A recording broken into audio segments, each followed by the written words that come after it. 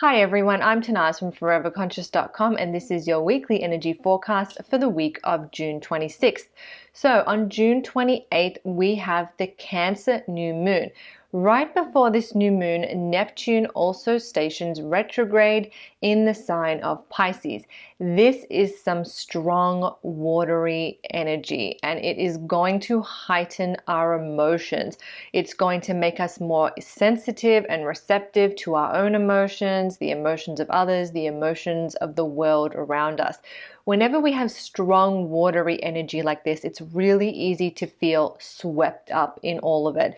Swept up with our emotions, swept up with what's happening in the world, swept up with what's happening around us, what other people think of us, all of those things. It's really easy to kind of get swept up in that heightened emotional state. So I will offer to you this. If you are feeling that, try to bring yourself back to a grounded place. Earthy energy is kind of the antidote to strong, watery energy. So spending time grounding yourself in nature, feet flat on the ground, even actually sitting in your chair right now, when you place both feet flat in the ground, it helps to anchor your body. So even just doing something like that at your desk at work, putting some conscious attention and intention into just feeling grounded, trying to stabilize your center. You've probably heard this thrown around a lot, that our emotions, that being extra sensitive can be a superpower. And this is really going to be a good time, a good week to exercise that superpower. So how do you do that? How do you turn your sensitivity into a superpower? Well, I think there are two things that you can kind of keep in mind, and also know that it's an ongoing process. For those of you who are sensitive, who have done this work, you probably know that it's an ongoing process, and sometimes different emotions throw whatever practice we've been working on kind of for a loop, and we have to sort of reset and refigure it out. So keep that in mind. Be gentle with yourself. But if a heavy emotion does come up and you're able to bring that awareness of, how do I turn this into a superpower? I'm feeling everything very strongly. I'm feeling very sensitive. Know that whatever emotion you feel is okay. This is how we turn it into a superpower, is knowing and accepting how we feel. Sometimes we get these negative emotions, they come up, and our instinct is to want to try and switch them to something positive. However, sometimes there is more power in allowing the emotion. Okay, I feel this way. Rationally, I can understand that this is not a good place to be. This is not a good feeling. But let me sit with this feeling. Where does it take me? Where does it lead me when I sit and allow, rather than trying to suppress or wish the feeling was different? Give yourself 2 minutes to sit in that feeling and see where it takes you. Very often when you sit in the emotion and allow it, it actually just tends to pass on its own. Try it for yourself and see. The other part to turning your sensitivity into a superpower is using your emotions to guide you as a compass. I'm taking this from Abraham Hicks, if you're familiar with her work or his work, their work. She always says, reach for the next best feeling thought. And I think that that's a really powerful thing. When we are in a very sensitive state, we are sensitive not only to the negative, but also to the positive. And so when we want to use our sensitivity as a superpower, we can use it as a compass to guide us on which step we should take, which direction we should move, by thinking about what is the next best feeling thought, what is the next best feeling place, and where is that taking me? Okay, so say you have to make a decision, right? I don't know what to do. All right, really small step. What feels the best? What little step feels the best?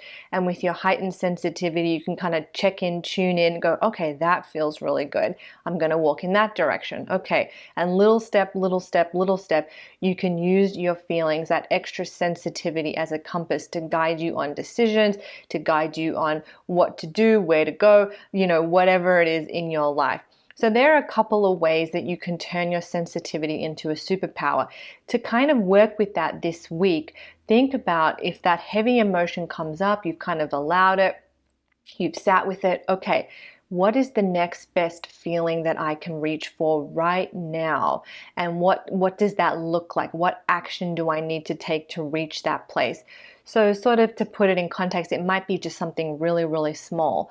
But let's just say you're feeling down, you've sat with the emotion, okay, you've allowed it, okay, I've been gentle with myself, okay. All right, I'm feeling, really crappy. Oh, what's the next best feeling thing? Oh, this beautiful flower on my desk. Or, you know what, taking a walk out in nature. Kind of just always reaching for little things that you can do to reach for that next best feeling and allowing those to be your stepping stone in the direction that you need to travel. So I hope that's sort of made sense. I hope that's given you some guidance for this watery, strong energy. As always, I have a Cancer new moon ritual that you can try. It's a very soothing, loving, nourishing ritual. It's just all about self-love and just giving yourself a big warm hug. I hope that's how it feels when you're doing it. So check that out. I'll drop a link below, but you can find it at foreverconscious.com as well. That's your Cancer new moon ritual for this particular June 2022 new moon. So Neptune retrograde, very quickly, I'll touch on that a little bit. Neptune retrograde can be actually an illuminator. It can bring things that were foggy or unclear. It can bring it up to the surface for us to look at. So retrogrades are always strongest the day they begin and the day they end. So this new moon, as the days follow around it, we might actually get some illumination. Things that felt a little foggy, things that felt a little unclear, we will be able to see kind of what's washed up along the shore and what we can do with it, what we need to do. So there's illumination energy because of that Neptune retrograde, particularly around this new moon. And then as we get to the end of the week, we kind of have a little bit of an energy shift, and this will be a welcome one. It will peak on the 4th, 5th of July, but by the 3rd, you will be feeling it. It's a galactic energy, so as always, galactic energies are a little more sensitive. You have to kind of set an intention to tune into it. But this is the Sirius gateway or the Sirius portal. It is when our sun aligns with Sirius, which the ancients referred to as our spiritual sun. So you get this amazing alignment of our sun, which is sort of, you could say, like our physical body sun, with our spiritual sun. And this merging of energy allows us to unite, allows us to harmonize our mind, body, and soul. It allows us to connect these two parts of our being, our human self and our being self. It is beautiful energy.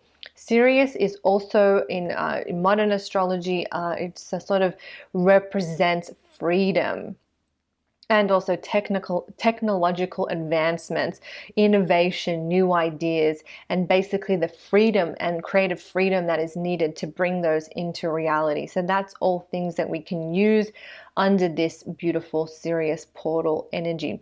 I'll have more for you on the Sirius gateway, the Sirius portal throughout the week, so please check foreverconscious.com. You can also join me on Instagram. I post almost daily. Look for @foreverconscious as the Instagram handle. I have a blue tick, so hopefully it's easy to find. So you can check that out too and stay up to date with those Sirius gateway energies. I'll talk more about it next week too, but just so you know that it's coming.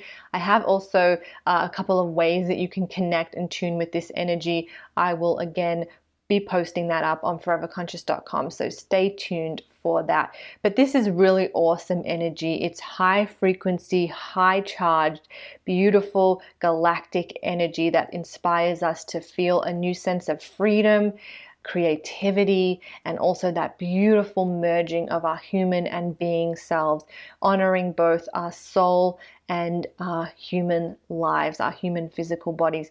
The ancients also believed that Sirius was a gateway to heaven, a gateway to that higher realm of heaven. So, the veil is thinned under this energy too, and we can connect with beings of love and light, our loved ones past, with greater ease under this portal as well.